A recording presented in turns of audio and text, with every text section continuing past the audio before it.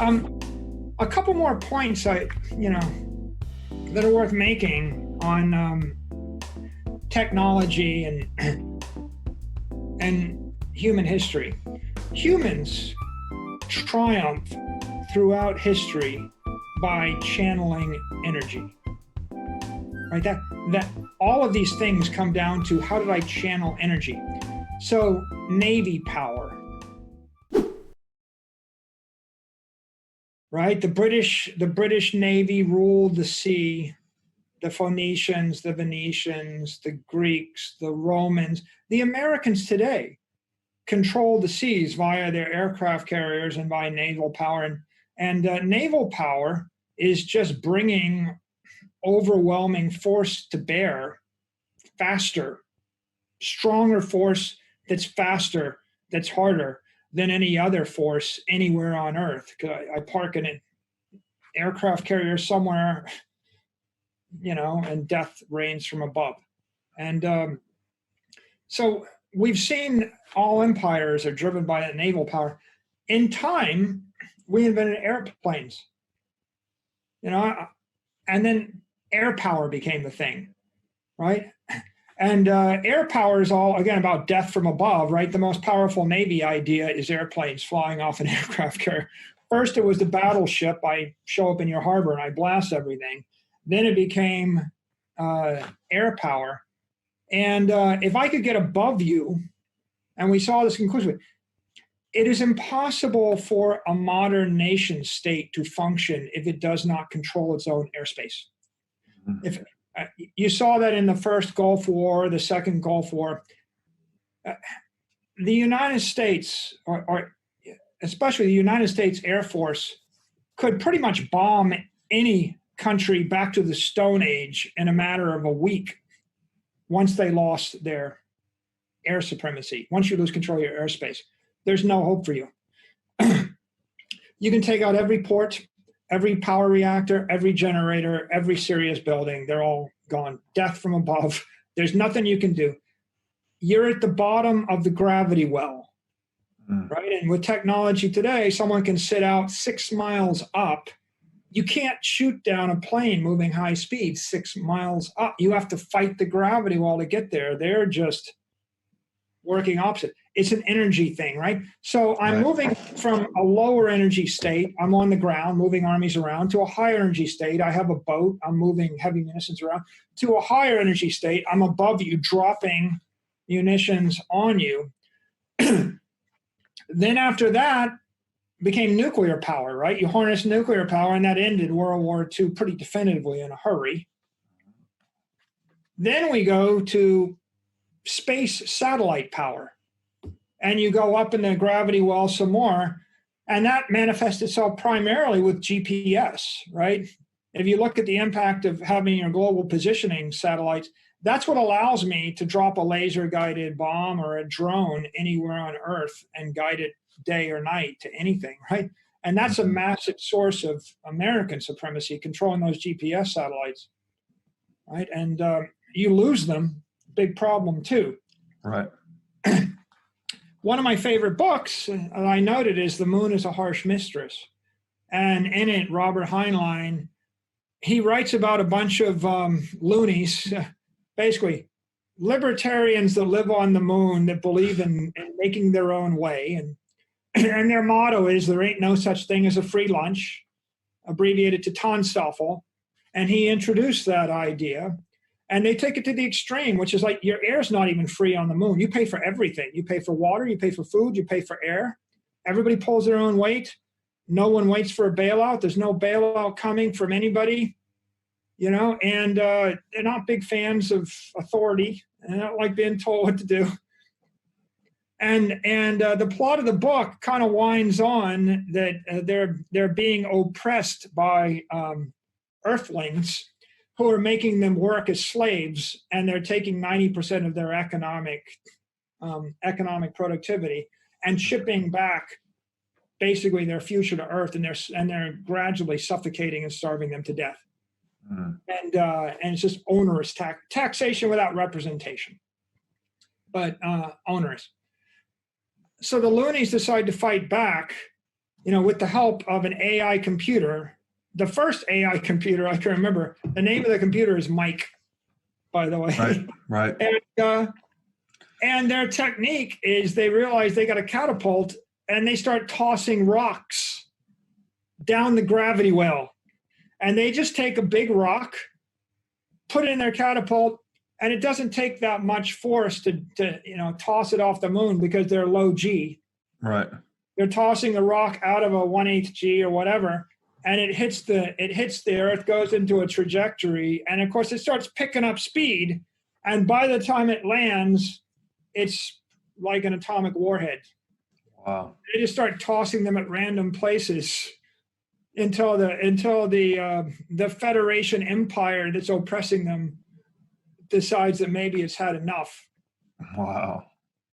And of course the lesson is, right, it's humans channeling energy, but they're channeling gravitational energy and a lot of it. And there's a lot more energy than the stuff that we have.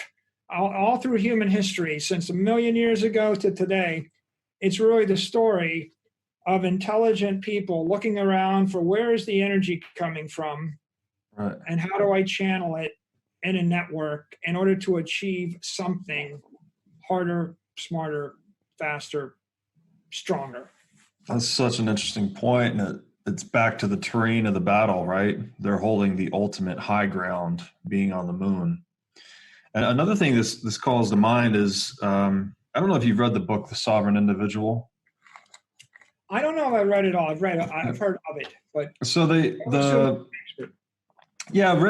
in the late 90s, and it's been relatively prescient in a number of domains. They predicted the rise of what they called narrowcasting as opposed to broadcasting, which we call social media today.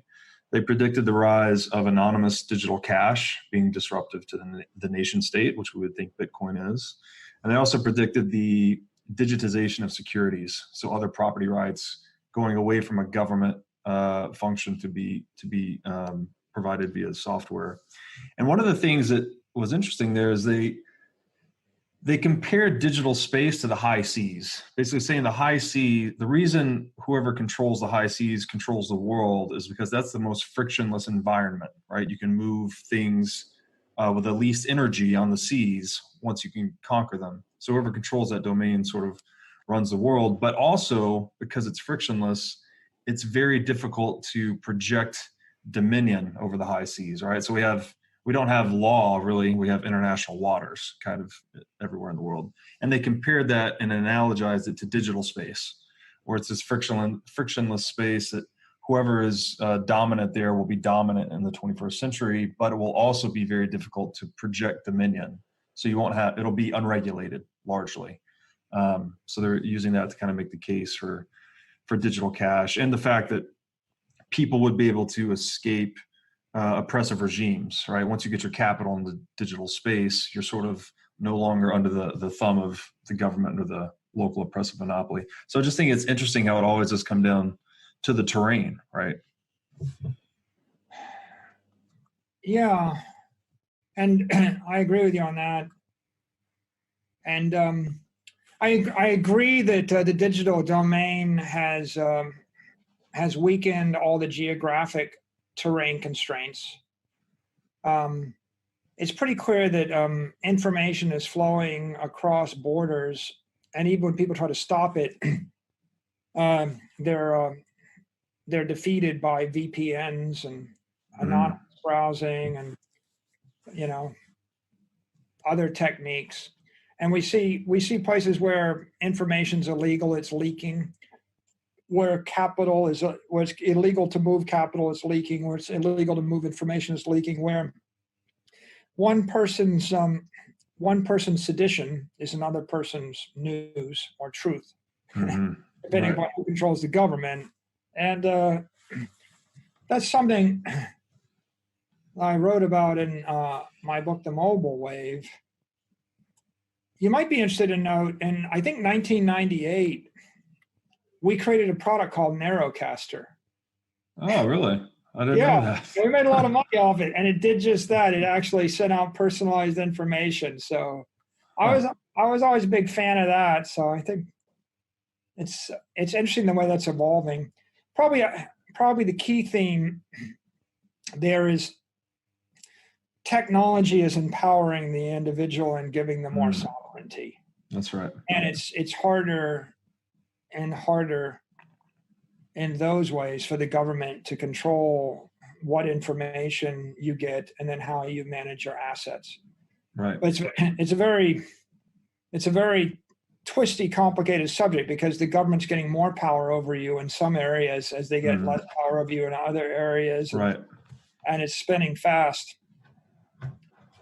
And you could argue that trajectory is taking us closer to a reflection of natural law, right? Because natural law would say that sovereignty inheres within the individual. Our rights are not given to us from government. They actually inhere naturally within us.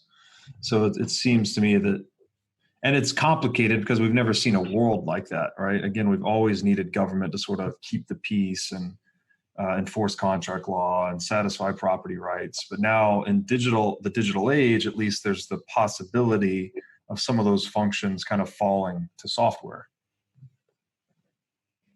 Yeah, it's more and more things dematerialize to software and they move into cyberspace. It seems like it gets harder for any one government to assert control over the things that take place virtually. So there's a lot of virtual empowerment going on, but there's a lot of other things going on too. Yeah.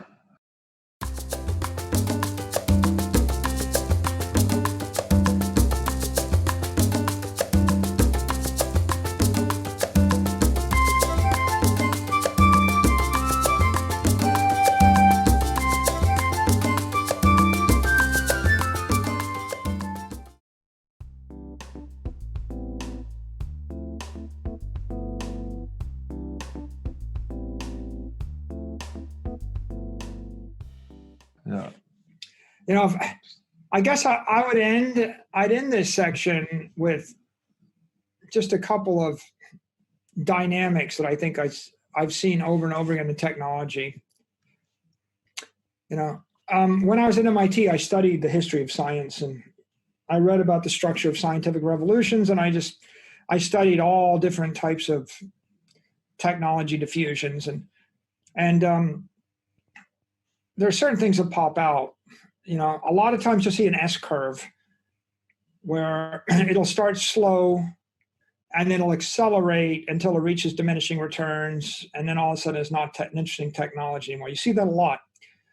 But one of the lessons of history is it's very difficult to figure out when the curve starts. And it's hard to stop it once it starts, but it's a lot easier to invest in it and to forecast it once it starts.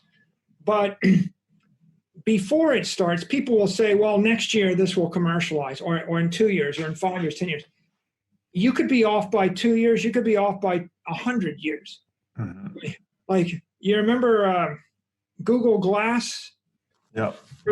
How big that was going to be, and how that was a lead balloon, and how many years is it after Google Glass, and it's still not going to happen next year either. Technology fails until it succeeds. That's another trend, another theme.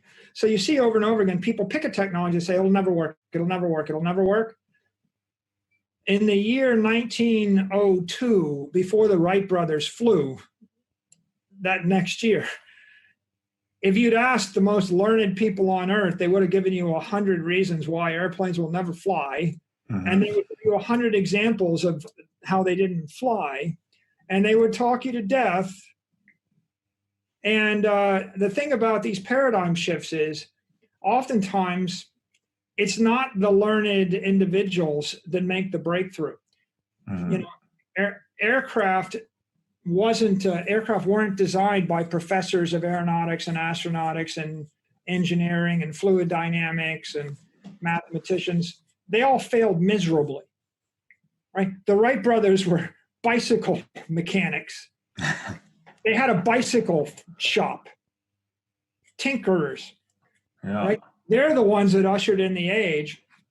And they did it against all conventional wisdom. And on the other hand, Leonardo da Vinci tried to develop his own flying contraption. Every brilliant person for hundreds of years tried it, failed. All failed. And then some dudes in Dayton, Ohio that have a bicycle shop succeed. It happens like that. You know, the story of John Harrison discovering a method to determine longitude on the ocean, it's articulated in the book Longitude. It's an amazing story. Everybody knew how to find latitude. It was easy. You just sight against the North Star. But longitude is very hard because the Earth's spinning all the time and required massively complicated calculations. They gave it to the Newtonian professors at Cambridge and Oxford, the smartest mathematicians in the world, the smartest astronomers in the world. No one could figure it out. Finally, they posted a 10,000-pound prize, and John Harrison, who was not a mathematician, he's a clockmaker, figured it out. And the way he figured it out is he made a clock that was accurate. And they put one clock on the ship, and they set it to the Greenwich Observatory, the Royal Observatory, which is in Greenwich, England. Hence the term Greenwich Mean Time. Greenwich Mean Time comes because you sail down the Thames past the Royal Observatory in Greenwich. You set your clock on that, and then you have another clock. And then every day at noon, if you're in the Caribbean, you look up, and then you set that clock, and then you just subtract the time on the one from the time from the other, multiply by 15 degrees, and you got your longitude. Wow. It was a tinkerer's solution to a problem everybody else wanted to solve. It was star charts and tables and complex math. But of course, ship's captains in the middle of the Caribbean or in a storm, they can't do complex math. They're just going to stay alive. So you see lots of examples in history where people try to do something and they either accidentally discover it, like penicillin, or a tinkerer discovers it and not the educated. And then all the professors crap all over it and they all swear it'll never work. And the tendency is either to reject it, people don't like change, or it doesn't get embraced until everybody dies or until there's a war. And war has a way of opening your mind, because when someone drops a bomb on your head and you're burning or screaming, then the pain causes you to take a more open-minded attitude. So a lot of stuff happened after World War II and happens in various wars, and you can trace it throughout human history. That drives innovation faster. You know, generational change will drive it faster. People keep trying it, and then just because it's failed 1,000 times doesn't mean it won't succeed. But when it does succeed, then it's probably unstoppable for a while. And hence, you know, you just get to this phrase, which is kind of punctuation for modern technology. Arthur C. Clarke writes, any sufficiently advanced technology is indistinguishable from magic. And it was a great quote. It's a quote that I put on the back of my prospectus when my company came public in '98. I believed it then. We have thousands and thousands of examples of magic things in our lives today, literally magic things that are just technical things. It's always been that way, and to a primitive man, right, a rifle looks magical, or an airplane. And now we're starting to deal with some software technologies and digital technologies that don't just look magical to a primitive man, they're going to look magical to a modern man. Right. Because they just really are getting pretty magical.